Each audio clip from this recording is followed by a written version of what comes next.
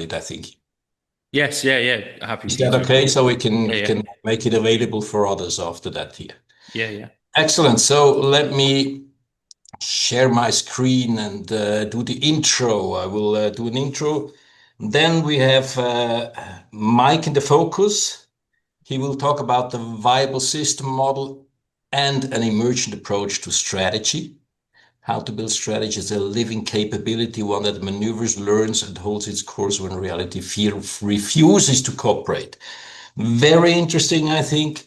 Very actual, especially in the European industries today, I believe. And Mike is a very knowledgeable about the viable system model. I think he uses it also in practice, and we're gonna Yeah. talk about that. Maybe 45 minutes, focus on Mike, and then I suggest we have a discussion afterwards, if that is okay. So let's maybe Mike present his ideas. I will challenge him a little bit. If you agree, ask him some questions, then we go ahead and gonna have a common discussion afterwards. If you would like to say something in between, then you can also write in the chat. And maybe if Krishan, if you could let me know if somebody raises their hands in the chat that I can interrupt. Before we start getting into that, I would like to say one word about Metaphorum and what we're doing. The purpose of Metaphorum is three things, mainly to undertake and promote original research. Secondly, to ensure the VSM, Viable System Model, team's integrity, quality in education and practice, and develop a global community of knowledge and practice. These are the three things that we're doing since about almost 20 years, I think, Angela, if I'm right. Yeah. Angela and John have been 23, founders. 20 23 years now. 23 years. They have been the founders. Happy that you're here tonight and very welcome to both of you as well. And we're doing these things by the following buckets here. We do some research projects, research groups. We do general webinars, also on ontological questions. You see, I speak a perfect accent without the slightest English, so maybe sometimes it's a bit difficult. We do the VSM practitioner webinars. That's where we are tonight. This is a practitioner webinars, which means it's geared to an exchange on experience in the field of applying the viable system model. It's not about its theory. It's not about its developments. It's about, well, developments in practice, if you like. We do conferences, publications, and we have a website. That's the website. And if you want to get the newsletter, I think you can become a member if you're not a member yet. So that's what we do to keep it brief. The VSM practitioner webinars, we did these so far this year. We had in March Judith Hannemann in a large German automotive supplier company about the application of the viable system model to a plant in Mexico. We had Mark Lamberts in May on a method about the VSM, the collaboration canvas. June again, an application case, Ipsomed, Swiss company. In September, Krishan on VSM training aspects, and in October, again, a methodological support tool for VSM accountability metrics, Chris Lamberts. And tonight, the last one this year, Mike Jones, very welcome once more, Mike. Thank you for being with us tonight on the VSM and an emergent approach to strategy. Now, session abstract, we will talk, Mike says, most strategies do not fail because the plan was wrong, but the organization was built for control, not for adaptation. Fixed aspirations or documents to be implanted. That's how people look at strategies. That's what you're saying.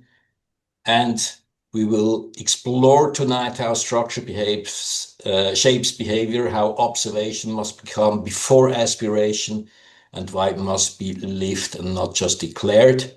Using the viable system model as a lens, how can it help us to design that for adaptability and coherence?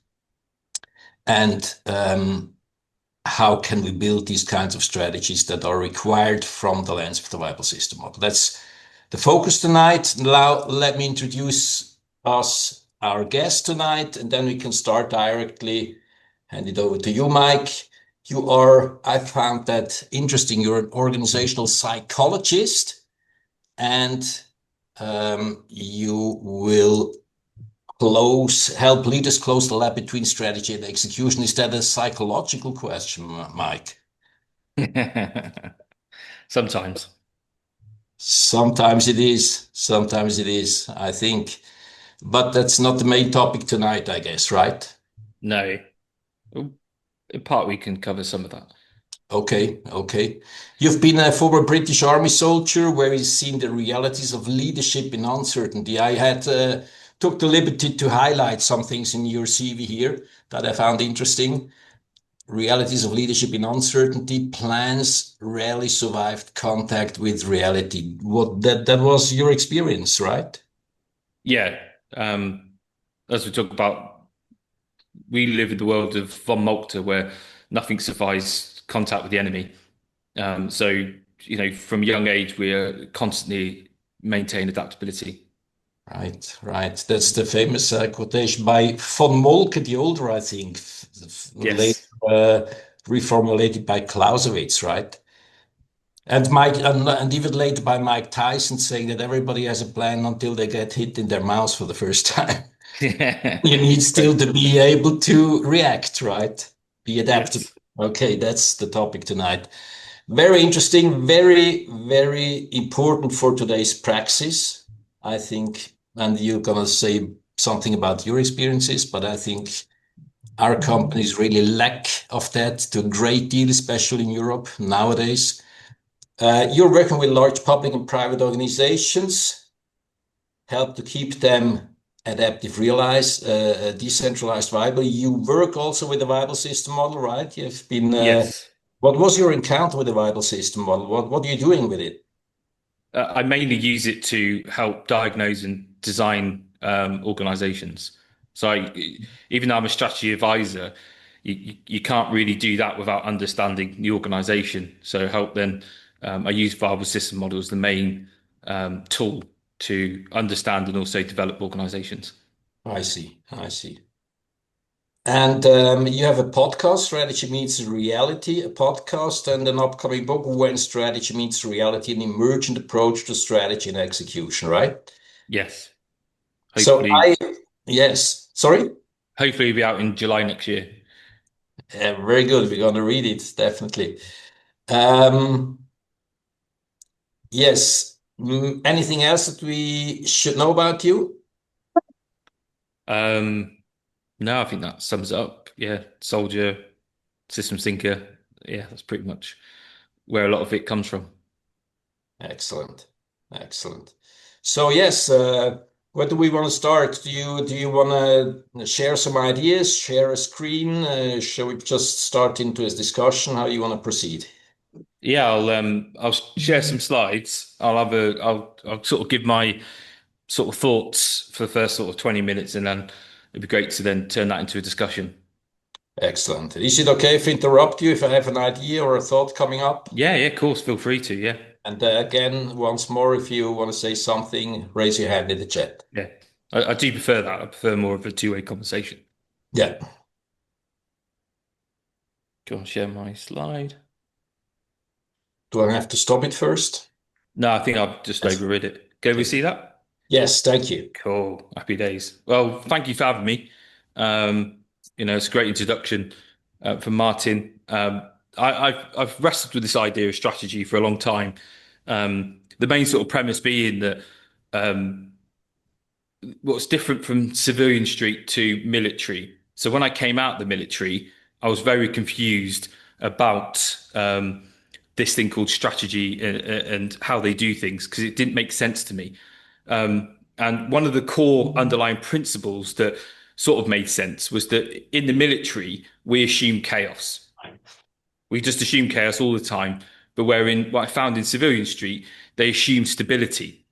And that's a really important distinction between the two because it then those perspectives then lead to how you behave more generally. So as thinking about chaos, we always understand that we are not the only people that are around, and thus we need to learn and constantly reorientate and adapt. Where in civilian streets, and you see this from a lot of sort of exec MBA sort of teachings, they're still in this world of teaching core premises that the world is stable, the world is predictable, and the idea of linear cause relationship, which none of those are true. But if you believe they are true, they are going to shape how you view strategy in organizations. So when I look at organization or strategy, I'm a big believer in that we need to reclaim strategy. When I say we need to reclaim strategy, I mean when you look forward or look back all the way to people like Sun Tzu 300 years before Christ, to von Moltke, John Boyd, and Clausewitz, they had a very not a unique perspective of strategy, but they very much believed that strategy was a living thing. It was a responsive thing. It was an emergent thing that you couldn't predict, and thus you were always constantly clear on your intention, but you had to be flexible in your approach. And there's two key things here that's missing nowadays. One is the clear intention, and that clear intention was always based on the relationship between your organization or the entities of your organization and what was happening in reality. There is a constant sort of saying in military about, people talk about strategy, but professionals talk about logistics. And now what that means in terms of the viable systems model, the organization is the logistics. And what they're saying is that no one will create a strategy beyond the capability to deliver it. So already we're starting to see that the fact that the two are highly coupled and linked. But then you come forward to today's thinking, and strategy is merged from an adaptable thing, an emergent thing, to what is predominantly, and I'm not saying that all is, but predominantly with thinking, is that strategy is reduced to an aspiration and output. So strategy has come to a thing that gets done on a yearly basis, and it's produced more into an output than an actual thing to be lived, to be done. And you see this because most strategies nowadays, they get all that cognitive work gets put into something that resembles a Greek villa. You've got the vision statement on the top as the house or the roof. Then you've got the priorities as the pillars, and then you've got some behaviors down at the bottom. And that's predominantly what the output of any strategy engagement becomes. And when you look at that, the vision statement is often an aspiration that is detached from the reality of the organization. The pillars that underpin those tend to be what I call faux or fake policies. They are priorities that are based on really probably should be policy. Or what they do is they get confused with effects. They are effects that they are hoping to achieve, not necessarily an actual intention that for use for strategy. And then what happens then is this vague abstraction of an idea that they would call strategy becomes further and further disconnected from the reality of the organization. And there almost seems to be this permanent wall between the people who created the strategy to those that are now meant to execute the strategy. And there's no feedback loop between them. There is no understanding. So they're further exacerbated by the perceptual complexity, my subjective view of what you're wanting rather than what is agreed. And that causes massive shift or disconnect from the organization. And then the other key point is the colonization of marketing and branding and strategy. I think that strategy nowadays and also organizations, the communications in the organization, the feedback loops are being overrun and overtaken by marketing approaches, sound bites, branding exercises that cause confusion and create cynicism in the organization with the people. which then does not help. There seems to be this social desirability part to strategy, where really strategy isn't there to be socially desirable, it's there to have an effect. And that effect normally is to sustain advantage and maintain viability of the organization. And when we lose that connection, strategy work then just becomes theatre that's disconnected from the reality of the organization. So when we look at these things, I overlay OODA loop, so the work by Colonel John Boyd and his work with OODA loop with the viable systems model. OODA loop being the sort of the cognitive process of adaptation, and the VSM being the structural process of adaptation. The two need to go, because often you see in definitely in the psychological world, the coaching world, people like that, they forget that structure is important and structure drives the behavior of the organization.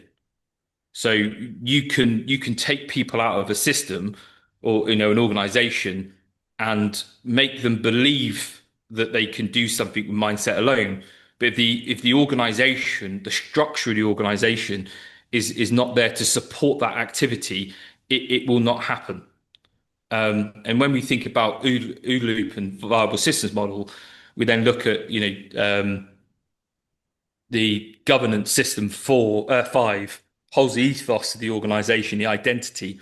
Now, this is an interesting issue with strategy work, that often the layers of strategy in the organization get confused. So we normally think about different layers of the strategy being policy, being the sort of ideas that shape decisions, mediate behavior or decisions. Then you have what we call essentially grand strategy, which in terms you would look at in what Stafford Beer termed as POSIWID, the purpose of the system. And that's really the identity we're thinking about the system. What does the organization do? And that's quite enduring, but often leaders go through this existential crisis on a year to year basis, where they ask that question, what's our purpose? What do we do? And they confuse strategy with that grand strategy, and they start to confuse the sort of system 5 of an organization, and it becomes almost has a sort of schizophrenia with identity every year, which is not a good thing when you're thinking about how we maintain cohesion across the organization. Then we think about the orientate. So in OODA loop, orientation and observation, we'd see sits with the system 4 in its observation. So observation is looking to the external environment, looking for differences, mismatches, patterns, and challenging itself. So on a cognitive sense, it's really looking, challenge your own worldview, God, what's his name? Got his name now. You probably help me out. Your ability to regulate the system is only good as the model you're using to regulate the system. Donald Dashby. Yes, there you go. And this is what we're challenging. This is thinking about what's our worldview. So we have our own personal worldview that we look at, and we challenge that we observe and we orientate to look for differences, mismatches between what we believe to be true and what's happening in reality.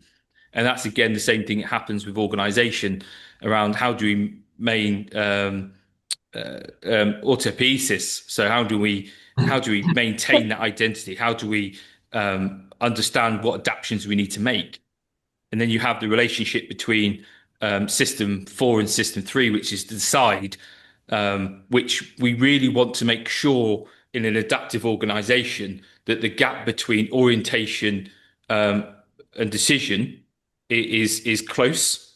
We don't go into paralysis as an organization, and then also our ability to act. So the gap between decide and act. Act often sits in the system 1, depending on the recursive level we're talking about, sits in the system 1. And even with there, because it's a recursive entity, they will have their own orient and decide based on the intentions of the high level recursion. So the high level recursion will essentially say, this is my intention, then we expect the lower level recursions to assimilate that and feedback. Okay, if that's your intention, that's what you want to achieve, then this is my understanding of that, and that's how we are planning to act in this context we're in. And that's a feedback loop that has to exist between that assimilation or that direction to the assimilation of that strategy to ensure that we are aligned and the system one can act. Otherwise, what will happen is that you create a friction called the alignment gap. And when that alignment gap happens, the unhelpful reaction from system three would to seize control. Normally mean that they would put more protocols and processes in place and tighten that grip, which would then remove the ability of the system one to respond to the changing circumstances of the organization, or lose its ability to absorb the variety that is faced with the changes in the local external environment they've got so far. Mike, how often do you see that pathology in practice, that disconnection between system 4 and system 3, between strategy and planning and acting? Quite a lot. So there's not often a disconnect between system 4 and system 3 for many reasons. One of the reasons is because, or key reason that we have it is the understanding from those that are making, and this is where I suppose system 3 star comes in place, the understanding of what is possible and what is actually true in reality versus what they think are completely disconnected. So you have leaders making strategic decisions based on a capability that does not exist or did exist or exists not as capable as they once thought. So their idea of what's capable is misaligned. The other part is that because we've been for so long drinking the Kool-Aid of efficiency, especially you don't have to go to look very far for some of the big top 4 consultancies. You know, in England we've got Deloitte, KPMG, PwC, and all those lot. Great auditing firms. I'm not sure about anything else. And what happens, because they've been dined out on efficiency, they make the system one so lean it almost comes anorexic, that they forget that adaptation requires the same resource that they have to deliver the value today as the same ones to try to assimilate and make those adaptations at the same time, which they haven't got the capacity for. And then that stretches the organization beyond its change rate and then destabilizes the organization pretty quick. So they're sort of the key reasons why there's a disconnect there. And there are other stuff about risk tolerance, and we'll talk more about the organization's ability to observe. Does that make sense? Yep, absolutely. Yeah. Cool. So when we look at, and this is a simple view, and I'll go into the other view of the VSM a bit more, but you can see the components in there. You've got the system 4 in the strategy in the org change, and then you've got the system 3 to system 1 in the organization. And what we do is we talk about the two-way relationship that needs to exist, or the two perspectives. There are two perspectives looking at relationship between the organization and strategy, and they're both are true. So you've got the strategy. So as I mentioned before, often strategy is developed in sort of an echo chamber, detached away from the organization. So it's almost as if aspiration will trump anything. Where if you look at it, you've got the strategy into the organization. So the strategy shapes the intended behavior to carry out a maneuver. So what we mean by that is that any changes that you have in the or strategy that you can see, that will intend change the organization. So when you conceive strategy, you will then look and you go, well, we've already got the capability. We just need to direct it in a different way, or we haven't got the capability, so we need to create that capability and then thus you then have organizational change that you need to bring into the organization. Hang The on, other way, wait a minute. Yes, that's an interesting aspect. We see the arrows going into both directions. I think that's interesting. We know about one direction, structure follows strategy, right? Roman Chandler, and the other arrow somehow says, well, what you develop a strategy for depends on, and how you develop a strategy depends on your structure, on your organization. On the other hand, how you deal with that in well, practice. that's the thing about organization is what conceives the strategy in the first place. So if when we're thinking about strategists or people making a strategy, I suppose I'm making the assumption. The assumption is that they should understand the limits of the organization. Yeah, And this is where I see a fault or flaw or a disconnect, as you can see in these two arrows going between the strategy and the organization. There normally tends to be a disconnect, and they'll start to create strategy that is beyond the capability first conceived by the organization. yeah, So then the organization will fail to meet that strategy. And our unhelpful response then is to just demand more. And then you destabilize the organization. But we must always be very cognizant. And this is where VSM is really useful because VSM shows you, if you do it correctly, how the organization actually works and yeah, the capacity of the organization to do certain things, like what the outcomes expected, what inputs it should have. But it's the structures and processes and relationship that sets the boundary about what is possible.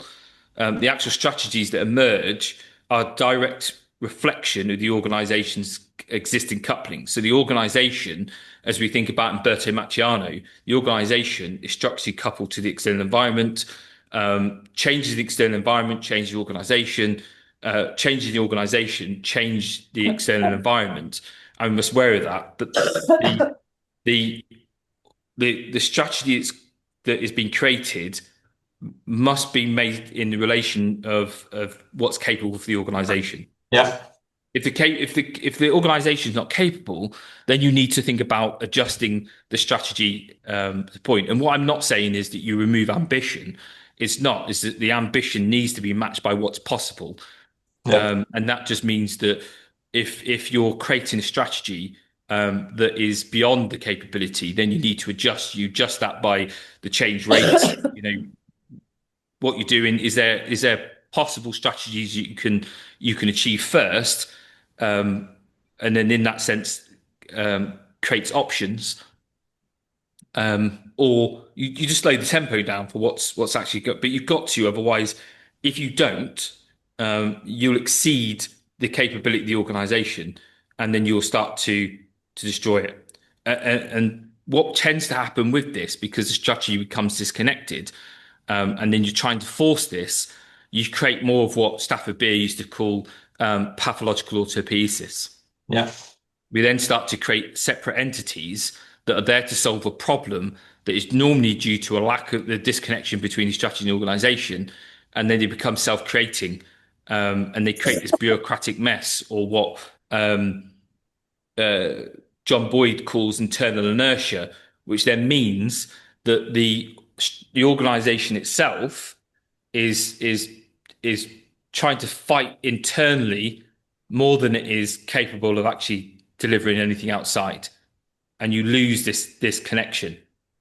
And it has to be about the adaptation of the organization over time, because as we see, the strategy is focused on the future, and what we're trying to do is get the strategy or the direction to the organization to redirect the capability or to change in time, so that when the future becomes now the present ecosystem, the organization is ready and capable for it. What happens when you don't have that and you're missing that strategy or the system for loop is that the organization is not ready for the change for the present ecosystem. It's still based on the old ecosystem, that then it now, as Mike Tyson says, you've got punch in the face, and they get punched in the face very quickly. and they have to go through this cycle far quicker than they are capable. So they have to redirect capability. They have to create capability, which far exceeds their change rate. And then you start to see the organization turn inward.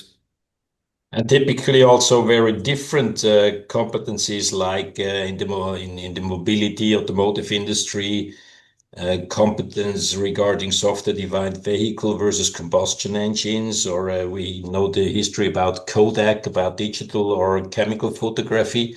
So what we're actually talking about here is the ambidextry, the balance between system 3 and 4, isn't it? Yes, it has to be there. But this is what confuses it a lot in organisations as we go to this one where we talk about bringing in. And apologies, my own self drawing of the viable systems model, but I'm no artist or definitely no PowerPoint person. Excellent, understand you. And this is the thing. So when people think about strategy in organisations, strategy has become this thing. If it's important, it gets called strategy, which then confuses things extremely much, especially when you're thinking about the automotive industry going from combustion to electric. That is completely different capability than they already had. So when we say an organization, there is a strategy, and any of the subsequent parts and enablers in the organization then need to assimilate to how they will meet that strategy. What tends to happen, and I've been at a conference all day today, and mainly with organizational development people or organizational psychologists, and they throw away terms like our people strategy, our culture strategy, our this strategy. But the problem is you confuse it, and it's not a strategy. What the people conceive in the different departments, especially the enabling departments that sit in, maybe system 3 and system 4, they are not creating strategy. They are assimilating the strategy in the sense that the observation and orientation has been done and the decision has been made. And now they must then, all the subsequent parts must then figure out, well, if that's the strategy, then what's my part I play in it? And what needs to change versus what needs to stay stable to enable us to meet the changes in the ecosystem we're operating and we add value in time. And when we have this separation where we start to term everything as strategy, we actually don't. We break the organization and we create conflict and we lose all coordination that needs to exist for these primary activities to develop and to also maintain value as they're adapting to what's coming in the future. Does that make sense? Absolutely. Thank you. Yeah, absolutely, yes. Yeah. So when we think about the relationship there, we have the idea of, system 4. We all know that they are the ones that are observing, they're orientating, and they create the strategy. And then it's the balance where we need to go through system 3 into system 1 for them to actually act. Now, what the viable system does, it provides a great lens to understand how we enable that adaptation. Because if you look at viable systems model in the fact that Stafford Beer thought about, which was that all the system 1 activities, we want to ensure that they are autonomous as possible. They're self-organizing. What that does is it gives us a great window into helping us understand the principle of mission command that was created by von Moltke and how that actually exists in real life in organizations. So von Moltke talked about mission command, a philosophy, a way of thinking about execution, and that was about adaptability. Stafford Beer was talking about the same thing, but in a structural term. So when you look at it, you have from the sort of vertical cohesion, so unity of effort and trust, which is created from system 5 to system 3 to ensure that we are cohesive. We have got that ability to stay cohesive and adapt without losing our identity. We have that clear, unambiguous unity of effort. Like, what is it that we are trying to achieve as an organization? Then we have what is crucial in that relationship between 3 and 4 is that timely, effective decision making, so that we can balance out that, so we don't have this delay where and system 3 are arguing about what they are to do and what they aren't to do. And I suppose that's where we think about system 5 to make that clear decision about what is best for the organization, the long-term viability of the organization, and make those difficult decisions about choices, about what are we going to focus our limited resources towards, and why are we doing that. But the key thing for this is to make sure that the entities, the the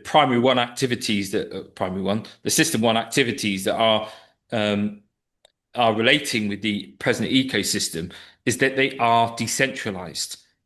So to making sure that we protect the ability for these entities to act, and that is in strategy and execution, that is paramount. If they don't have the ability or the resources or decision rights to be decentralized and have the ability to have agency and to act to the changing circumstances, you will not be able to achieve the strategy in any sort of timely manner or in a way, because if we define the decisions too high up, which tends to happen, it removes any freedom of action from the system 1, which means then in Ross Shaftesbury's term, they don't have the ability to absorb the variety or the choices that will be presented with them, because we can't predict that. All we can provide is the intent, i.e., this is the outcome in which I want you to achieve, not how, but this is the outcome, and then allow the system 1 activities to interact with the external environment, to understand how it meets reality, and then be able to observe, reorientate, and adjust in line with the intent and the constraints imposed.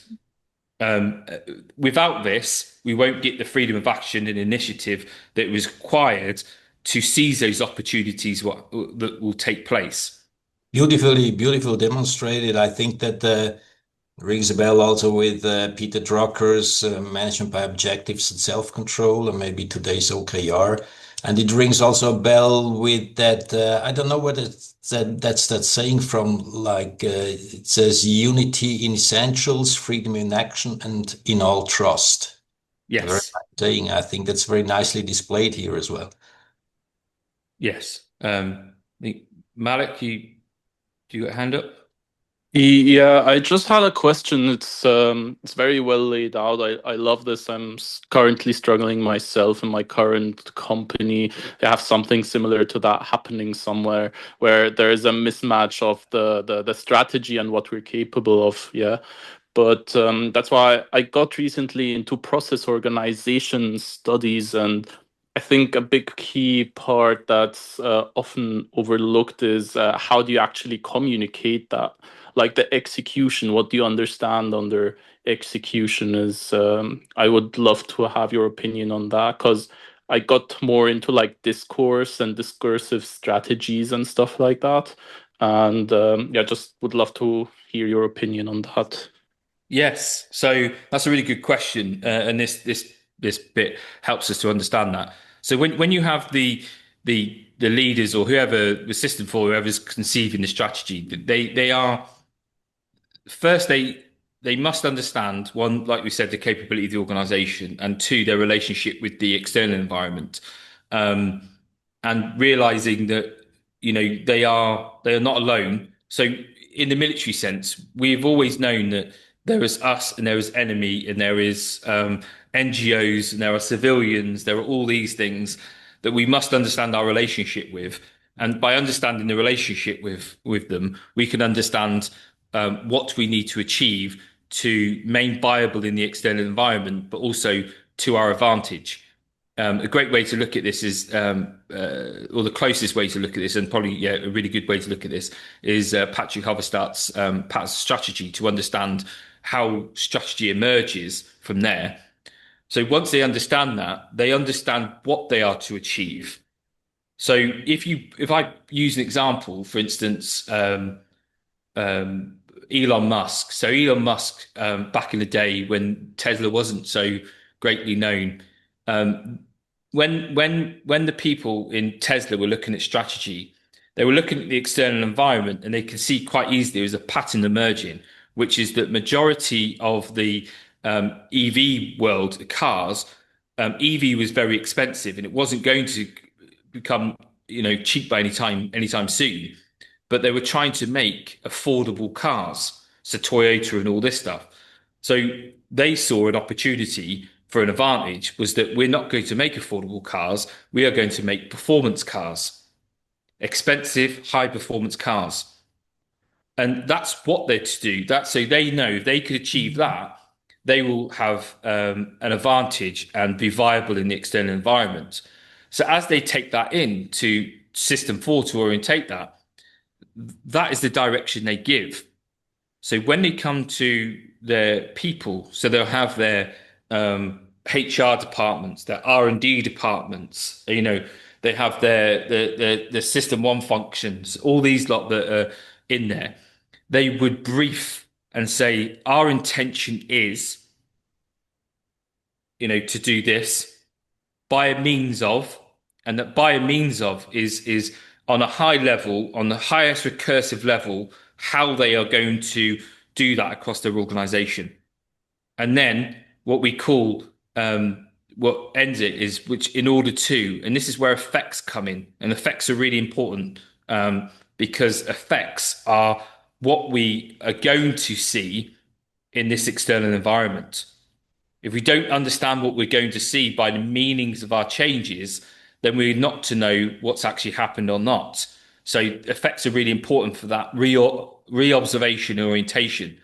So to enable that execution, what we would do is we would give that clear intent and we would give constraints. So constraints are a good thing. They're not all bad constraints. Sometimes constraints are good, i.e. there's going to be financial constraints. They're going to be personnel constraints, all that stuff. Then what we then do with that is we say to these, System 3 or System 1 is say, okay, that's what we want. And we give them space to assimilate what that means.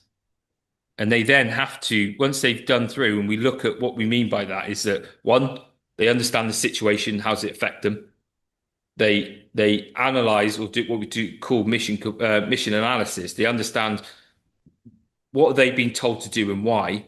So what's implied, what's explicit, what's their freedoms, what's their constraints, what risks that they face. At that point, that will indicate what part they are going to do in their element, be it R&D department, be it in the manufacturing, to execute that part of the strategy. And they would then replay that back. And this is the crucial feedback loop that needs to happen to ensure that they have alignment around expectations. And you would expect to see that happen at each recursive level. So as von Moltke says, the higher you are, the shorter your order, and then the granularity it gets developed closer to the edge of the organization or closest to the interaction with the external environment. The higher you are, the shorter your order. Can you help me to understand that? So what that's saying is that the higher we are, I don't go into the detail. I'll give you what I want to achieve. I see. Not how you want to achieve. I understand, yeah. Yeah. So as it then gets assimilated and understood, the granularity, the detail will be developed. Because if we don't do it that way and we make the decisions at high level and we give that strict direction down, we've removed the decentralization from the System 1. And then when they go to interact, because it's so defined, the likelihood of that still being true by the time it gets interacts will probably be false. So then they will have no other options. So then they would have to again go back up the chain, up the system to ask, okay, that's not possible anymore. What do you want me to do next? And it would slow it down. Where if we say, this is what we want you to do, and this is the constraints, that then gives them the opportunity to adapt. Yeah. Does that answer your question? Absolutely. Yeah, that's the opposite of micromanagement, I'd say, right? Yes, yeah. And that's what we call enabling the freedom of action, or we must protect the freedom of action within the system one activities. If we remove the freedom of action in the system one activities, you will they will not be able to respond to changing circumstances. And this is where system two becomes ever so important, because we want to make sure that as we go to execute, they still have choice, but we're making sure that their choices don't conflict with each other. That's understood. What I find interesting in this picture also is that we have strategy in system 4 here. Yes. And we have system ones, which also have strategies, right? About their environment, their specific environment. That distinction between what our strategy made for, do we have for each recursion level its own strategy, or is there just one strategy and just execution on the lower level of recursion? I observe that quite a lot in praxis. Do you agree with that?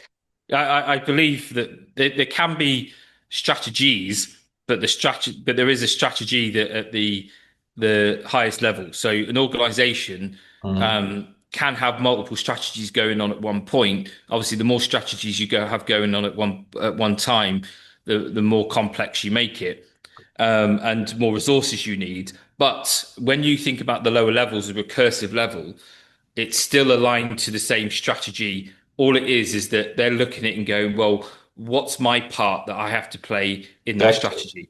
Yeah. Exactly. And where the disconnect happens is that that's not how it's formed. So normally, if you see an organization, you have this perverse nature of them almost creating their own strategy and then trying to play some sort of mental gymnastics, convince themselves that they are aligned to what the direction is. Yeah. Very good. Yes. And then you get this huge disconnect between what's happening or how the system one activities are interacting with the external environment and what they're expecting to see, and the two don't match. I think that's a topic where the VSM really helps, and that's a really big problem. What I see in practice is that either you have on the system in focus, it's just an aggregation of the strategies of your system one, or then the other way around, you have a complete strategy for your system focus and then just the execution on the lower level. So these two pathologies, I see them almost in every case. Yeah. In practice. Yeah. And they break, and strategy and execution are is a thing where it becomes more of a problem. People make it more of a problem than it is. It's a disconnect, and it all really starts from well, 2 points. One is that the strategy conceived is not really a strategy. It's an aspirational abstraction that has no basis in reality. So they've created it not in recognition of its relationship to the external environment, nor in the relationship to the internal environment. So it just becomes. Yeah, sorry. It typically will start with the word vision, right? That's Yes, why yes, I like that word too much. I'm not a fan of that word vision. I'm neither am I.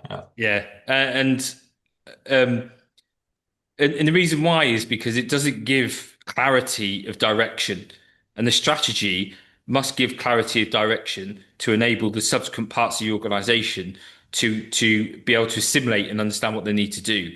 If they don't, and it just remains this marketing plan, it's like who was I speaking to today? That was it. So they're a banking organization in the UK, and they told me their purpose statement is a prosperous UK. So my thing to them was like, okay, that's interesting. How? Mhm. How do your actions make a prosperous UK?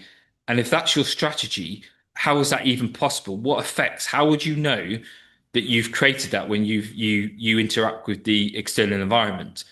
And this is where we talk about and the whole idea around my book and the podcast is when strategy meets reality. Now you can conceive all that you want and you could create this lovely aspiration, but it will never meet reality. It will never translate into here.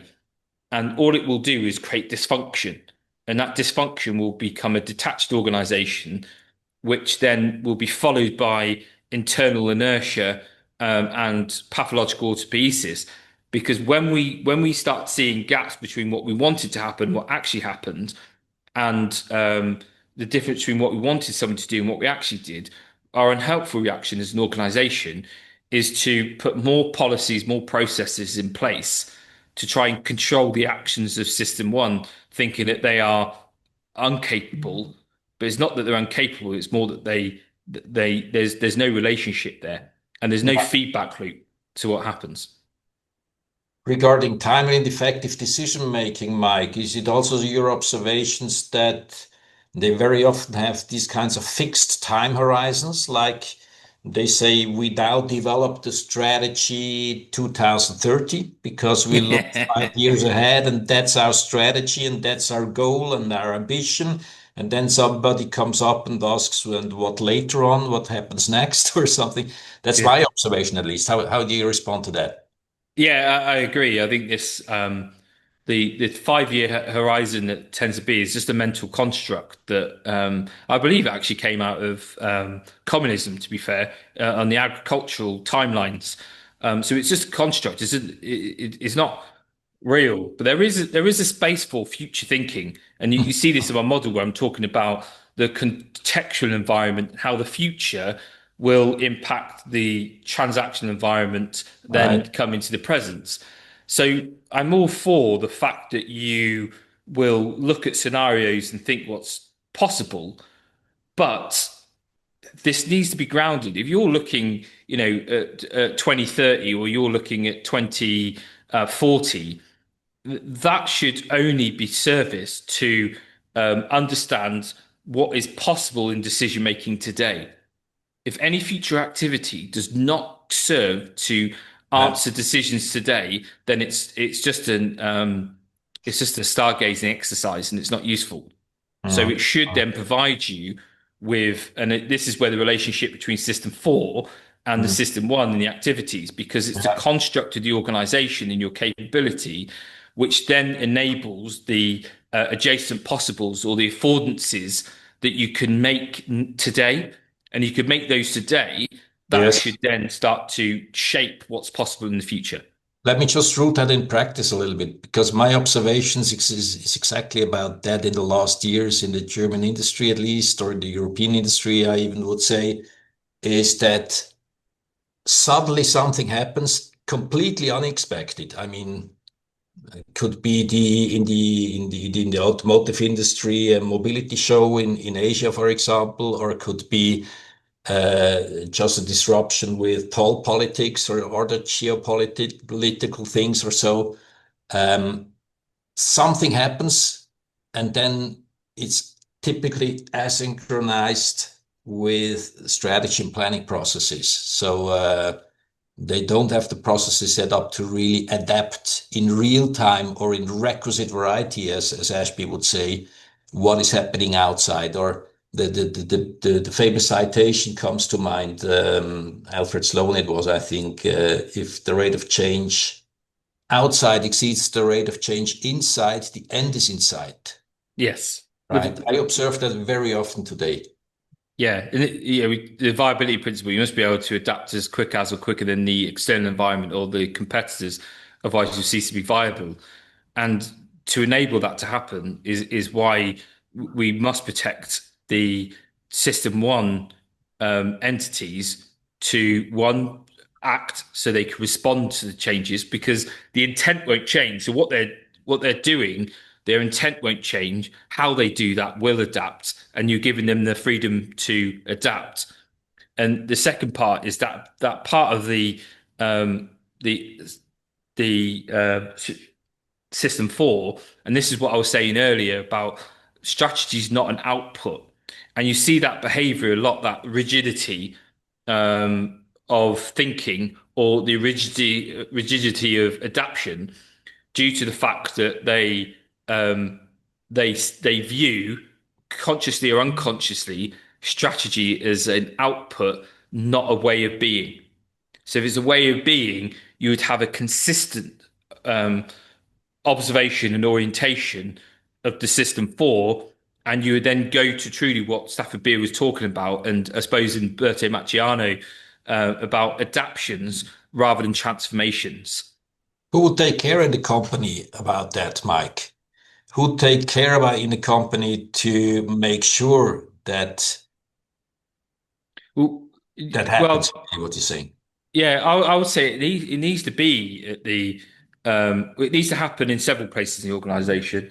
So it needs to happen at the exec, which you would expect is bordering around system 4 and system 3, but you need to have that recursive nature happening in the organization, so that the system 1, or as you go through the recursion, that they replicate that ability to observe and orientate throughout the organization to understand their part.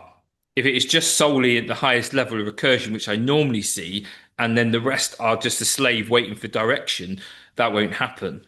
Mm-hmm. But the leadership, they need to be in tune. But what you find, and I've noticed this quite a lot, and I think I don't quote me on the statistic, because I saw it and it was really interesting, and I forgot to note down the where it came from. But they were looking and they said that the average exec team spends only an hour a month looking at anything that is considered external or future. No. Which is not good, because I want to know what are they dealing with. And I understand, because I've been in a lot of organizations, and what you find is that the organization is concertinaed. So the people that should be dealing with the observation and orientation of the organization to provide that direction, that adaptation, aren't doing that. They are fully locked into crises that are happening at the lower level recursions. Yes, yes. Mike, I would like to open it now for Yes. discussion with the participants. Or is there another 5 minutes that you would like to use to show an idea or something? Or No, I talked through it all. I sort of just went with it, but that's the end of my slides anyway. So I'll stop time is sharing. flying. It's very interesting, and maybe Yes. even leave your slides on the screen. Oh, can you? Yeah, I could do that. I'll put it back up so people can see. So yes, please, I would like to open it up for everybody. Just raise your hand. Maybe you raise your hand, and then we have I think first, I don't see a sequence here. I start with Adam Walls, please. Hi. Really interesting and very theoretical. I work in R&D for an enterprise architecture platform company, and I'm developing tools to implement VSM, but without telling anyone. Because I think that the problem you face here is that you have to teach everybody cybernetics. The language you use is not accessible to most people outside of this small group, I would suggest, and maybe a very narrow group of people who could. I'm not attacking you. I'm just making observations. So I'll get to the question. I'll get to the question. So, do you believe that VSM is a structure? So to first point, I just sort of put my language to the audience. But if I was talking to people that aren't CSM, I probably would use more of the language around execution as a personal act than structure. To your point around VSM, is VSM a structure? VSM is a lens to look at structure. And it's just you talked about higher and lower, and I don't believe that there is a hierarchy here. I think that this is all of these systems or subsystems that exist, and it's the interconnection and interdependency between them. It's like saying, is your heart more important than your liver? And I just wondered, in terms of It's more the in term, extraction of detail than higher or lower. So with anything of focus in strategy, it's the subsequent parts. So if you're thinking about my background military, I've got the sort of the brigade headquarters. They're looking at the wider piece of the battle, where the parts of that piece, the parts that they have available to them, they are not focusing on the whole battle, or the whole war. They're focusing on their part of the battle, and that's what I'm talking about in a sense that it's the collective achievement of them that achieves the strategy, rather than there being the lower, higher part of it. They just have a part to play due to their specialist or their focus that they have currently in that battle space.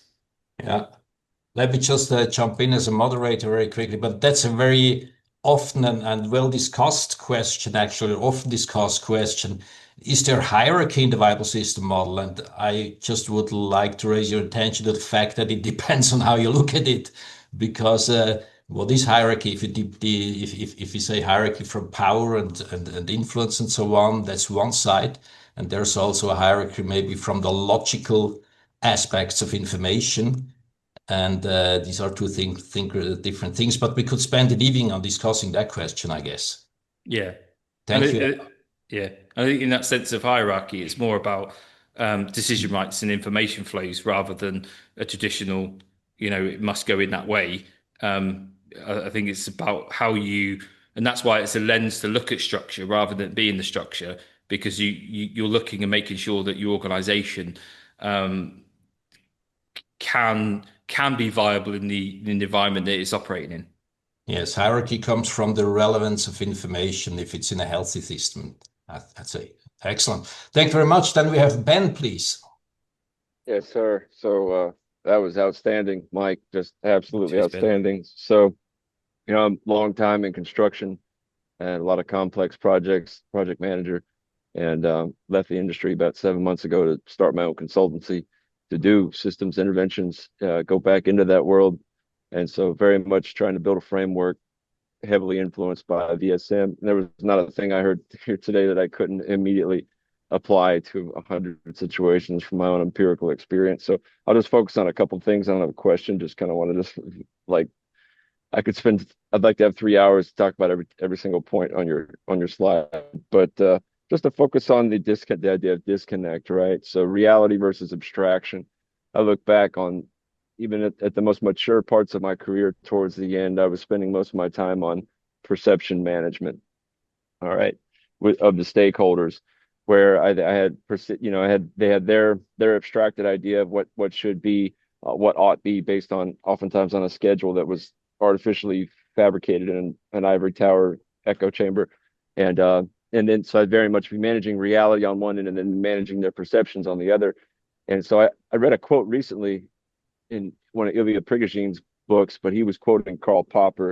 And he was saying that we focus on we use clock science where we ought use cloud science, and he's talking about probability versus certainty.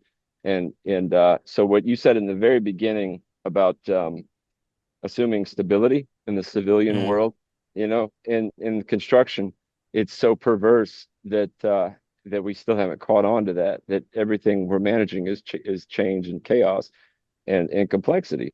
Yet once a week I would be in meetings with senior stakeholders having to answer to some deviation in the schedule that was very often caused by a dozen or so different things, and then giving this an artificial, so it became theater, to your point.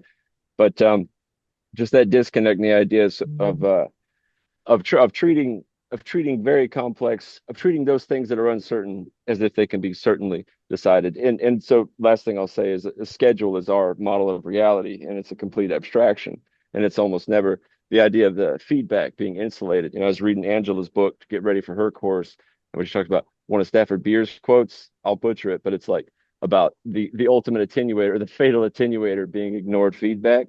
I mean, that's just the status quo in construction. I mean, it's I spent most of my career out in the field as the on-site project manager, trying to talk to the home office about what was really happening and our actual capabilities, and that gap. So that disconnect, man, you just spoke to my soul. Yeah. Can we agree with that statement? Is there a question also you want to pose, or? Not really. That's it. So Yeah, Ah, just great stuff. cheers. excellent. And Thank you very yeah. much. Florian Frank, please. Good night. Good evening. Hi. So thanks for explaining this. This all seems to be very much reliant on the capabilities that are in the organization and the people that carry these processes. Can you outline how, when implementing this, how this, yeah, gathering of capabilities with the people and the leadership looks like? Well, I Because suppose this. managing these processes and the organization and stuff is not something that, at least at my workplace, the people are not used to that. How how can we reach a point where this level of maturity is reached? Well, I think there's often a problem in, and I suppose it's um, the emergence of the organization as it goes through and changes and adapts, that we have perverse behavior of trying to adapt organizations or allowing them to adapt to personality rather than what the thing should do. So we lose grip about the organization, and it starts to, over time, develop and emerge into something that is not helpful. Rather than, are we clear on, definitely when we think about I know we've got system one, but if you think about a function in there, Adam said he's from R&D. Well, I'll be very clear about, what should that do, and then what should be the outcome. Yeah. Cool. Sorry, it's kicking me out. And what should, right? And what are the outcomes expected? To have a clear understanding about and the decision rights. This gives us a better idea of what the thing should do, not what a subjective level of what it does. But when you're thinking about when you're giving that direction, I think there's this fallacy that the leader should know everything in detail, where I'm not needing to know everything in detail. I just need to know really roughly what is it that this organization should do at the highest level. And it's the feedback, it's the conversation, or the two-way conversation. We call it command and control in the army. And I know command and control has a negative terminology in civilian street, but it's not a negative thing. Command and control is that I'm going to give you in clear, unambiguous intention about what I want to happen. It's the relationship between me and that person to have that conversation, to go, actually, I understand what you want, but this is what we're capable of delivering at this stage. It's all I'd say also about how you deal with variety, right? These are all Yes. damping varieties. And my observation with the viable system model actually is that it's a language, it's a kind of understanding what we're actually doing in our steering, in our decision makings.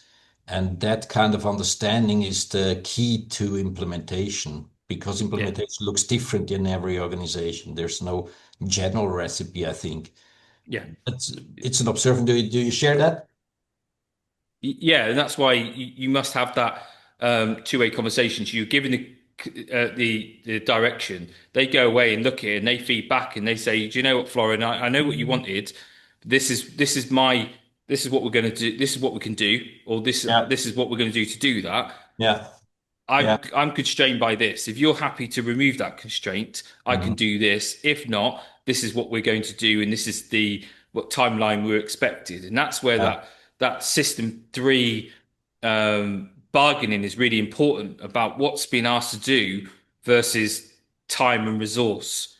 Ah. So it's that conversation. If you don't have that conversation, then we don't know what's possible. If you come back and say, I can't do that because I haven't got that capability, then that's where we then go into change. And we Mhm. have to create that capability. And that's where the feedback has come back to see versus what is conceived versus what is reality.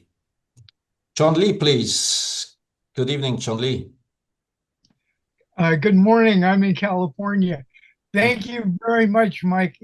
It was a really excellent articulation of Stafford and many of the people that he's worked with, and I thought you did an excellent job. I want to make one point, And that is, I think most organizations live in 3-2-1. Most organizations, if you were to draw the graphic according to the emphasis system, system 4 would be tiny. And Yes. so he calls that I forgot the word, but a cat without a brain. So basically, the 5 gets collapsed down into the 3 because, as you said, only once a year does System 4 exist at all. And then you presuppose that it was correct, and then you keep pointing back to what it was. So one of Stafford's graphics is you change, the situation changes, but your model stays the same. Same, yeah. And so the example that he uses is what's the last time you talked to your children? Because they've obviously changed a lot since the last time you talked to them, no matter how old they are. But the last point I'll make is that most organizations assume that the environment is static. They don't assume it's dynamic. So they go through the year assuming that the way the environment looked a year ago is still how it is. And it's actually the System 4's interaction with the environment. That's the contribution it makes back to the 3-2-1. But the 1 is dealing with adaptation on a day-to-day basis. I thought you did an excellent job of expressing what I just said. Yeah, Thank you very much. Thank you. And I really appreciate that. And there is a saying that we have all the time, which is the plan is nothing, planning is everything. Well, And I'm a Ben Mulkey fan myself. yeah. The plan becomes obsolete with first contact with the enemy. Yeah, but it's the planning the process. It's definitely when you're creating a strategy, we need to look at the strategy as if it is a maneuver. So always we are looking at going, well, if we were to do this, what would we, and it's all obviously just a perspective, but we look at go, well, if we do this, what would be the response for that? How do we know they're going to respond? And what would it look like? How would we know? And what would our response to? So you're already thinking about the terms and maneuver. And then what that does is it enables the sort of conceptual framework for the people interacting with the external environment to adapt to those. If we see that, it's not a surprise. And then this is also puts on the incumbents on the people in the organization. Like I know we talk about System 3 star, but in reality, that is does the organization or the leaders actually go down and get an unfiltered understanding of what's actually happening in reality? And I don't think they do that enough. So they become further and further disconnected, which means come back to Florian's point as well, which Alan's that they lose grip of what actually is capable in the organization. Tim Schweigert, good evening. What is your statement or question, please? You're muted. Yeah. I was on the ergometer during the presentation, so I thought it'd be better to be muted. So Mike, thanks for the presentation. Really enjoyed it, and thanks Martin for hosting. I would love to riff on the question, how do you explain it to the leaders? I think the only thing a leader needs to know is themselves, which is, where the problem starts and ends. And oftentimes that leads into palliative care on organizations because most leaders, when you confront them with their own insufficiencies, they start projecting that upon you. I don't know, Mike, if you've experienced that. Martin, you probably haven't because you're writing amazing books and people give you that authority. But it's really, from my perspective, super amusing how people deny reality, to riff on Ben's point.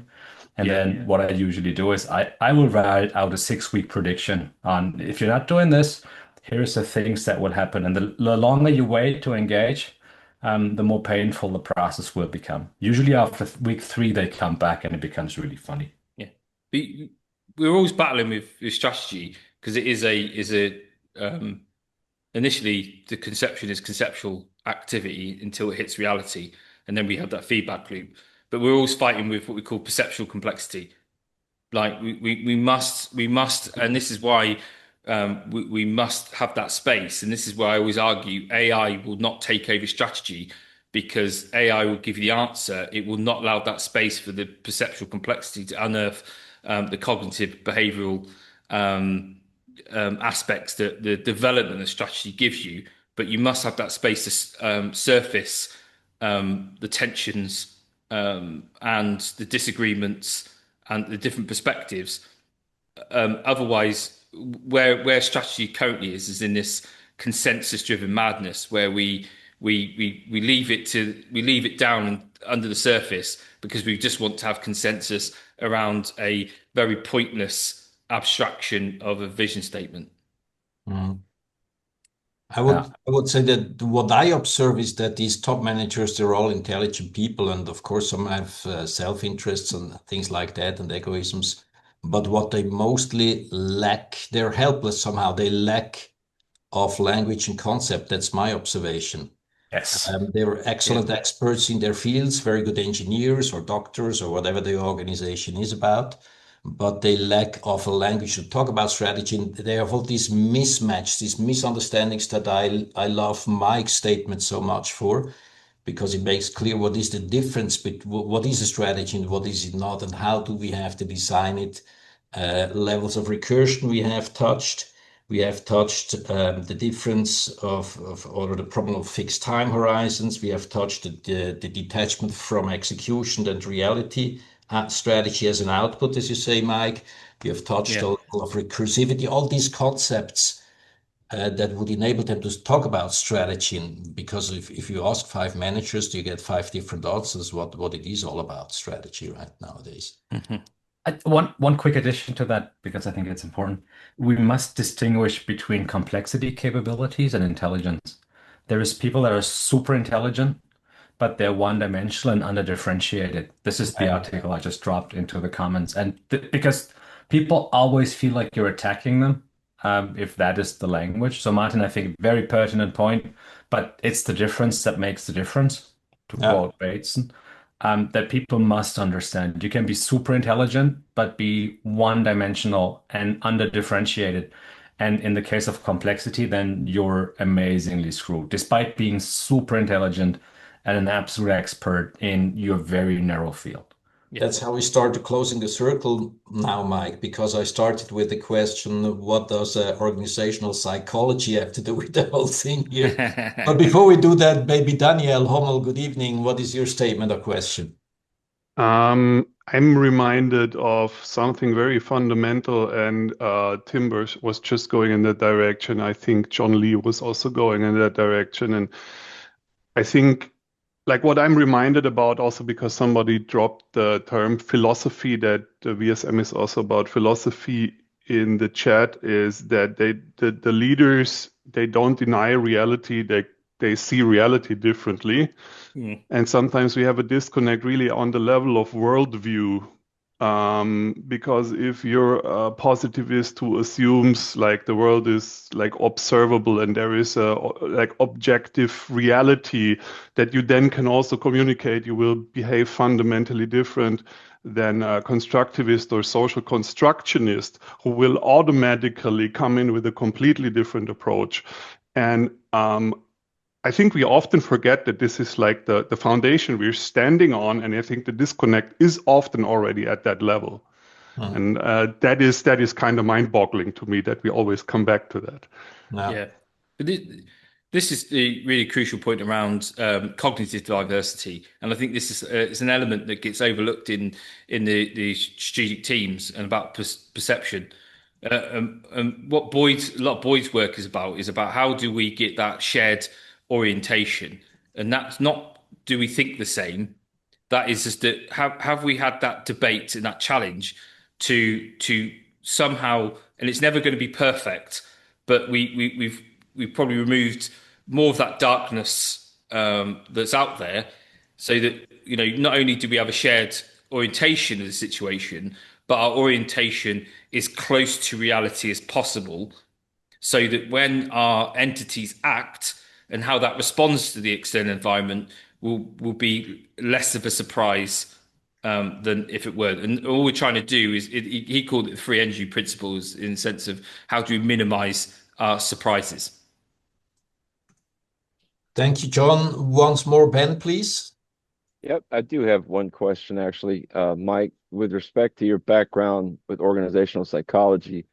because when it comes to psychology in organizations, before I discovered Stafford Beard, systems thinking, and cybernetics just this year, most of my best outcomes I achieved was from a close study of some Western philosophy and psychology, especially the family systems therapist, right? Václavic, Virginia Satir. And I think there's a lot of gold to be mined there. I haven't noticed a lot of I've noticed a lot of affinities, of course. I mean, because a lot of it goes back to Bateson, almost all of it, with the paradoxical interventions, and a lot of what Stacy's doing. A lot of that goes back to Bateson, and then all the family systems therapy that came from the MRI and some in Italy.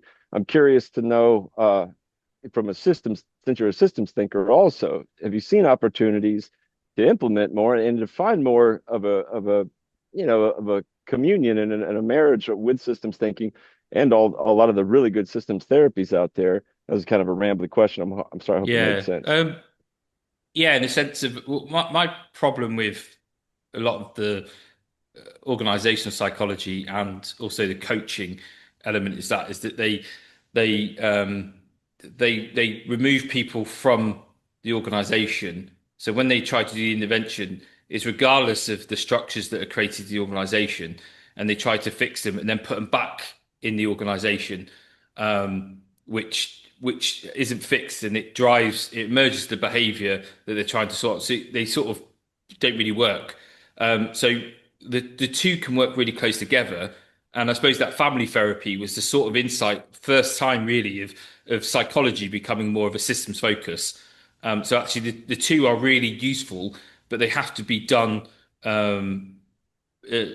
closely coupled together. Otherwise, you won't get anywhere. And this is part of the problem with a lot of the modern leadership thinking, is that they've somehow convinced leaders that they are Harry Potter.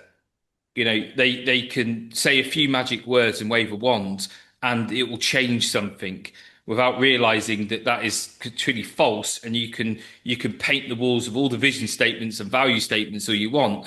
It will fundamentally not change what the organization does. And actually, aspiration needs to be matched again with the structure of the organization.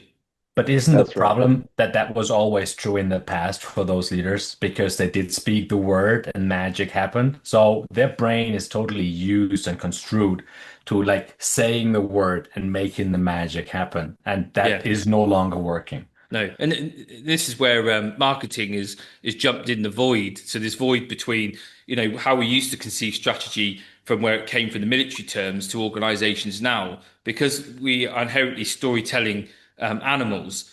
Marketing is then fallen this void now. You don't have to go very far or look very far. And when people talk about strategy, they'll talk about storytelling and all this stuff. And I suppose there is a place for it, but that is not the strategy. And I think that's where it gets confused with they are enablers. You can argue if they're valid enablers or not, but that is not the strategy. You're right. And the last thing I'll say until I see a hand pop up or Martin cuts me off is that with in my world, the marketing and branding aspect is all the what I would call the method merchants.